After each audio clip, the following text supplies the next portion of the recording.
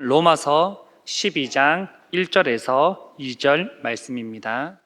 그러므로 형제들아, 내가 하나님의 모든 자비하심으로 너희를 권하노니 너희 몸을 하나님이 기뻐하시는 거룩한 산 제물로 드리라. 이는 너희가 드릴 영적 예배니라. 너희는 이 세대를 본받지 말고 오직 마음을 새롭게 함으로 변화를 받아 하나님의 선하시고 기뻐하시고 온전하신 뜻이 무엇인지 분별하도록 하라. 아멘.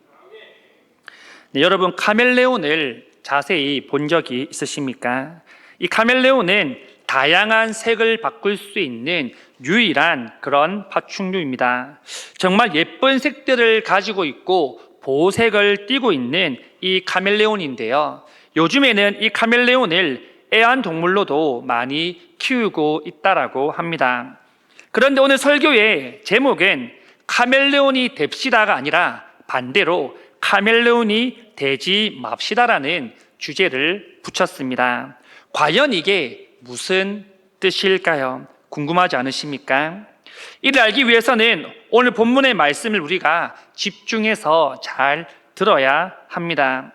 먼저 오늘 말씀은 우리가 그리스도인으로서 어떻게 살아야 하는지를 잘 보여주는 말씀이며 구절인데요, 우리는 성경 시대에 살았던 사람들이 지었던 죄들을 보면서 참 다양한 그런 반응들을 보입니다. 때로는 놀라기도 하고요, 때로는 왜 저렇게까지 하나님의 말씀을 안 듣지라는 생각을 합니다. 또는 아니, 저렇게 혼났으면 이제 들을 만도 하지 않나라고 의문을 가지기도 하죠. 때로는 그 죄들에 대해 우리가 판단하거나 또는 비난할 때도 있지 않으십니까? 그런데 그 시선을 우리가 그대로 옮겨서 오늘날 우리 자신에 비추어 보면 과연 어떻겠습니까? 하나님 앞에 불순종하고 있는 모습들, 하나님을 최우선으로 삼고 살아가지 않는 우리의 모습들, 하나님 앞에 여전히 불평하고 불만하고 살아가고 있는 우리의 모습들을 말이죠. 그렇다면 과연 무엇이 달라졌다라고 우리가 말할 수 있겠습니까? 사실 변한 것은 크게 없습니다. 우리는 여전히 죄를 짓는 가운데 살아가고 있기 때문이죠. 늘 교만한 모습이 우리 안에 가득 차 있고 하나님과 늘 타협하러 가고 온전한 순종이 아니라 일부의 순종을 하려는 모습들이 아직 우리 안에 많다라는 겁니다. 세상은 또 어떻습니까? 하나님을 두려워하지 않습니다. 오히려 하나님의 권위에 도전하는 많은 사람들이 있죠. 또한 수많은 유혹과 시험들이 우리를 날마다 넘어뜨리려 합니다. 제가 학교 다니는 시절만 해도 조금 동작이 느리거나 또는 자기 뜻에 안 맞으면, 미운 짓을 하면 왕따를 시킨 적이 있습니다. 이게 그 당시에 왕따의 기준이었었죠. 하지만 요즘은 모든 학교가 그렇진 않지만 많은 아이들의 증언에 의하면 욕을 할지 모르면 학교 내에서 왕따 당할 확률이 높다라고 아이들이 말합니다. 사실 참 세상이 많이 변하지 않았습니까? 욕이라는 것은 누구나 다 할 줄 알아야 되며 또한 당연한 것으로 요즘 학생들조차 그렇게 생각을 하고 있다라는 것입니다. 여기에는 기독교의 아이들도 예외가 아니라는 것이죠. 보면 볼수록 이 세대는 너무나도 악한 세대입니다. 우리가 더 나서서 기도하지 않고 더 말씀으로 우리 아이들을 양육하지 않으면 우리 아이들조차 어디로 튈지 우리는 예상할 수 없다라는 것이죠. 오늘 우리가 읽은 말씀에서는 우리는 세상을 따라 살아가는 사람들이 아니라 하나님의 뜻에 따라서 살아가는 존재임을 분명하게 말씀하고 있는데요, 그렇다면 이런 세상 가운데, 이런 제약이 많은 세상 가운데, 시험이 많은 세상 가운데 어떻게 살아가는 것이 과연 하나님의 뜻에 맞게 살아가는 것인지를 함께 짧게 나눠보기를 원합니다. 첫째는 우리의 몸을 하나님께 드려야 합니다. 본문 1절입니다. 그러므로 형제들아 내가 하나님의 모든 자비하심으로 너희를 권하노니 너희 몸을 하나님이 기뻐하시는 거룩한 산 제물로 드리라. 이는 너희가 드릴 영적 예배니라. 먼저 바울은 형제들이여라고 말을 하면서 부드럽게 부르고 있습니다. 그러면서 하나님의 자비하심으로 권한다라고 말합니다. 바울은 지금 형제들에게 하나님의 자비하심으로 무엇을 지금 권하고 있습니까? 너희 몸을 하나님이 기뻐하시는 산 제사로 드려라 라는 겁니다. 바울은 본문에서 너희 몸이라는 단어를 사용했는데요. 왜 몸이라는 단어를 사용했을까요? 그 이유는 이 몸이라는 것은 사실 우리의 신체를 뜻하기도 하지만 더 나아가서 우리의 모든 삶을 의미하기 때문입니다. 우리의 시간, 생각, 행동, 말, 물질, 달란트, 직장, 학업 등 삶의 모든 것이 다 포함이 됩니다. 우리의 모든 삶을 하나님 앞에 드려야 한다라는 말씀이 바로 너희 몸을 드려라라는 표현이기도 한 것이죠. 그런데 드림에 있어서 어떠해야 된다라고 본문에서 말씀합니까? 1절 하반절에 이렇게 말씀합니다. 하나님이 기뻐하시는 거룩한 산 제물로 드리라. 먼저는 거룩해야 한다라고 말합니다. 우리는 구약에서 제사를 드릴 때 흠없는 동물을 드려야 된다라는 말을 많이 들어서 압니다. 그렇다면 흠이 없는 우리를 드려라는 말은 과연 어떤 의미겠습니까? 우리에게 죄가 전혀 없어야 된다라는 말일까요? 아니면 우리가 완전히 거룩한 존재가 되어야 된다라는 그런 말일까요? 아닙니다. 우리는 죄를 짓지 않고 한순간도 살아가지 못하는 연약하고 연약한 존재들입니다. 그렇다면 무슨 뜻이겠습니까? 죄와 타협하지 않는 겁니다. 세상의 소리가 아니라 세상의 가치관이 아니라 하나님의 말씀과 하나님의 가치관에 소리를 기울이고 하나님의 말씀 앞에 가치관으로 살아가라는 말씀인 것이죠. 본문에서 드려라라고 번역된 이 파라스테사이라는 단어는요, 법정에서 사용하는 법적인 용어입니다. 뜻은 주인에게 자신의 모든 것을 완전히 드려라, 바쳐라, 맡겨라 라는 그런 뜻을 가지고 있습니다. 사실 본문 1절을 보면 우리의 시선을 사로잡는 말이 있지 않습니까? 바로 산 제물입니다. 다른 건 우리가 다 이해하겠는데 어떻게 우리를 산 제물로 드려야 되는지 우리는 의문을 가질 때가 있지 않으십니까? 너무나도 두려운 말입니다. 이 산제물이라는 것은 어떻습니까? 먼저 칼에 찔려서 피를 흘려야 됩니다. 그리고 가죽이 벗겨져야 되고 제단에 올라가서 불에 타서 없어져야 됩니다. 그것이 바로 제물이지 않습니까? 이것을 과연 사람에게 한다라고 생각해 보십시오. 얼마나 잔인하고 무섭습니까? 그런데 실제 성경 역사에는 이 자녀들을 불에 태워서 제물로 바치게 했던 몰렉이라는 종교가 존재했습니다. 자녀들을 불에 통과시키거나 실제로 자녀들을 태워서 의식을 행했던 것이죠. 또한 이 자녀들을 산 제물로 바칠 때 풍요와 승리를 얻는다라고 이들은 굳게 믿었던 겁니다. 뿐만 아니라 이 우리가 기독교 역사 속에서도 보면 이 산 제물이라는 말을 오해해서 그렇게 보는 사람들도 참 많았습니다. 어떤 사람이 목사님을 급하게 찾아와서 심각한 얼굴을 한 채 이렇게 묻습니다. 목사님, 제가 금방 성경을 읽었는데요, 성경에서 분명히 나를 산 제물로 드려라고 했는데 제물은 죽어서 바치는 거지 않습니까? 어떻게 살아서 제물이 되라는 건지 도무지 이해할 수가 없습니다. 이 말은 제가 꼭 죽어야지만 제물이 된다라는 의미입니까? 라고 그렇게 묻습니다. 그때 이 목사님 웃으면서 이렇게 말합니다. 산 제물의 진짜 문제가 무엇인지 아십니까? 그것은 제단 위에 올려놓으면 뜨겁다고 내려오고 아프기 때문에 계속해서 스스로 걸어 내려온다는 겁니다. 진짜 죽은 제물은 가만히 있지만 살아있는 우리는 날마다 내 욕심과 고집 때문에 제단 밖으로 도망치려 합니다. 산 제물이라는 것은 매일 이런 순간이 찾아올 때마다 내 뜻을 꺾고 그 자리에 머무는 고난의 연속을 뜻합니다. 그렇게 말합니다. 여러분, 우리는 산 제물로 드려져야 함에도 불구하고 계속해서 여러 가지 핑계를 대면서 그 제단에서 내려옵니다. 이게 사실 우리의 사람의 본능이지 않습니까? 아침에 눈을 뜨고 나갈 때 우리는 이렇게 고백합니다. 하나님, 오늘도 나의 삶을 주님께 맡겨드립니다. 오늘도 나의 모든 것을 주님께 드리기를 원합니다.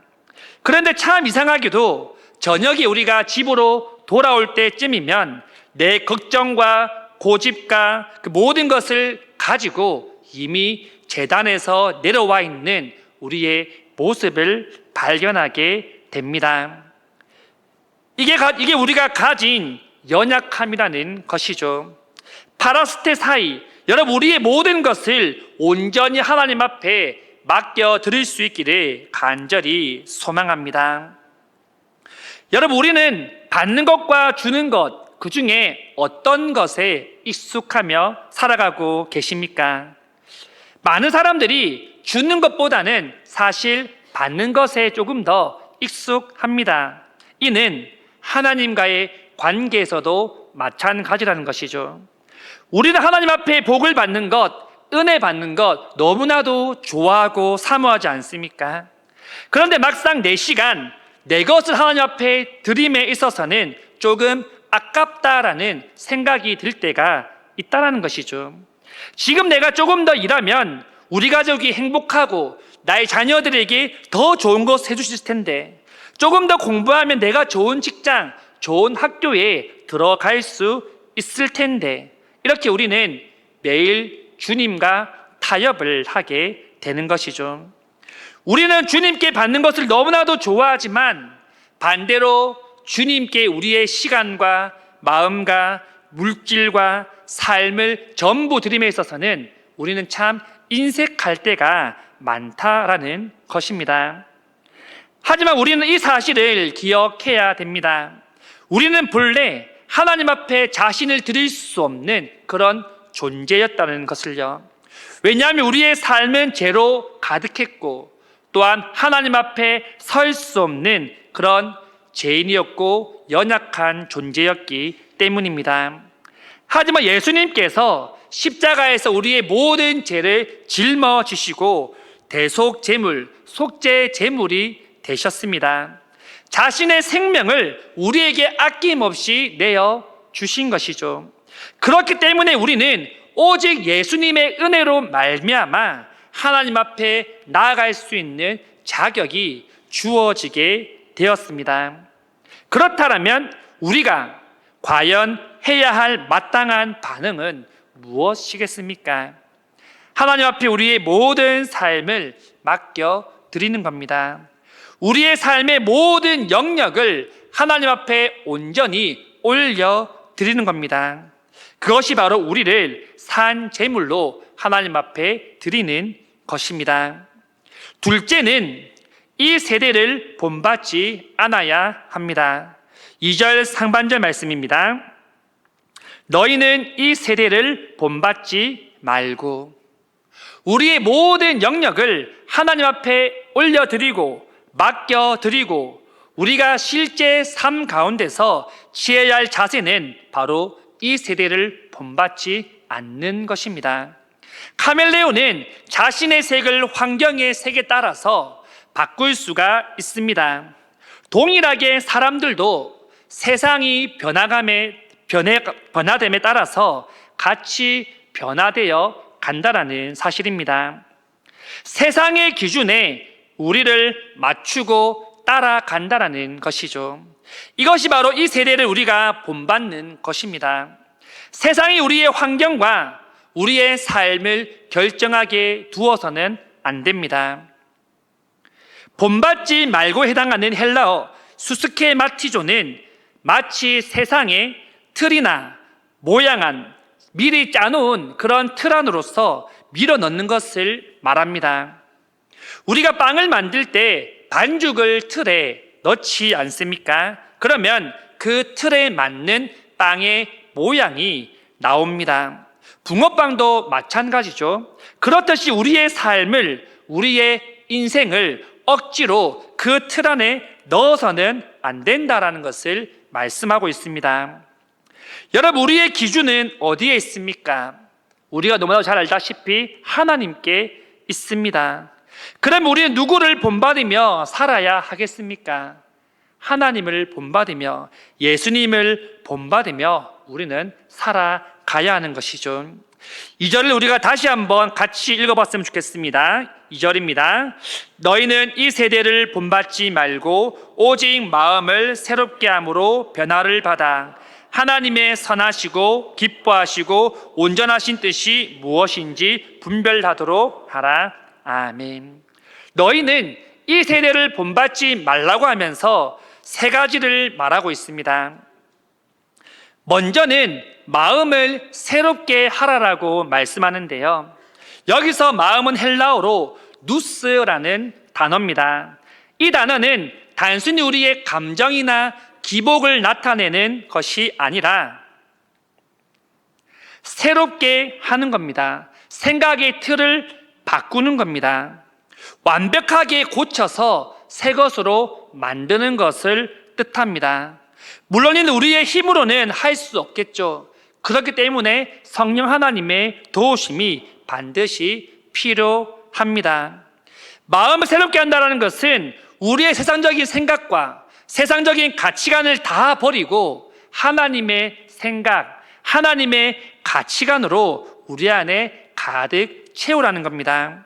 컴퓨터 용어로는 리셋입니다. 이전에 있던 모든 것들을 다 초기화시키고 다시 처음부터 세팅하는 것입니다. 그리고 변화를 받아라고 말합니다. 변화를 받는다는 의미는 생물학적으로 볼 때 마치 이 애벌레가 힘든 여러 과정들을 거쳐서 새로운 존재인 나비가 되는 것을 뜻합니다.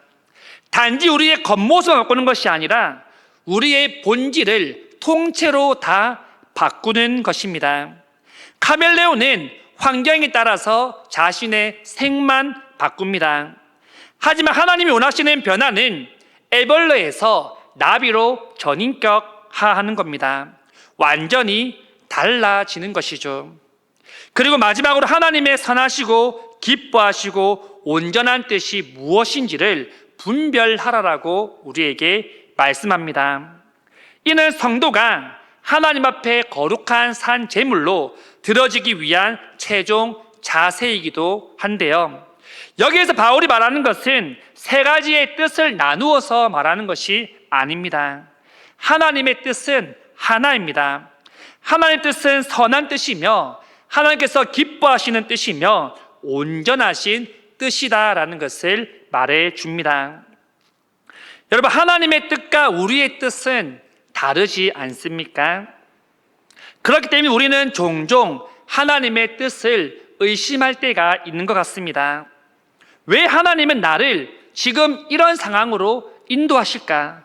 왜 내 기도는 응답하지 않으셨을까? 왜 내 계획은 내 뜻대로 되지 않을까? 그런 고민들을 하게 된다는 것이죠. 하지만 이는 하나님께서 잊어버리신 것이 아닙니다. 또한 실수하신 것도 아닙니다. 하나님의 뜻은 언제나 선하신 줄 믿습니다.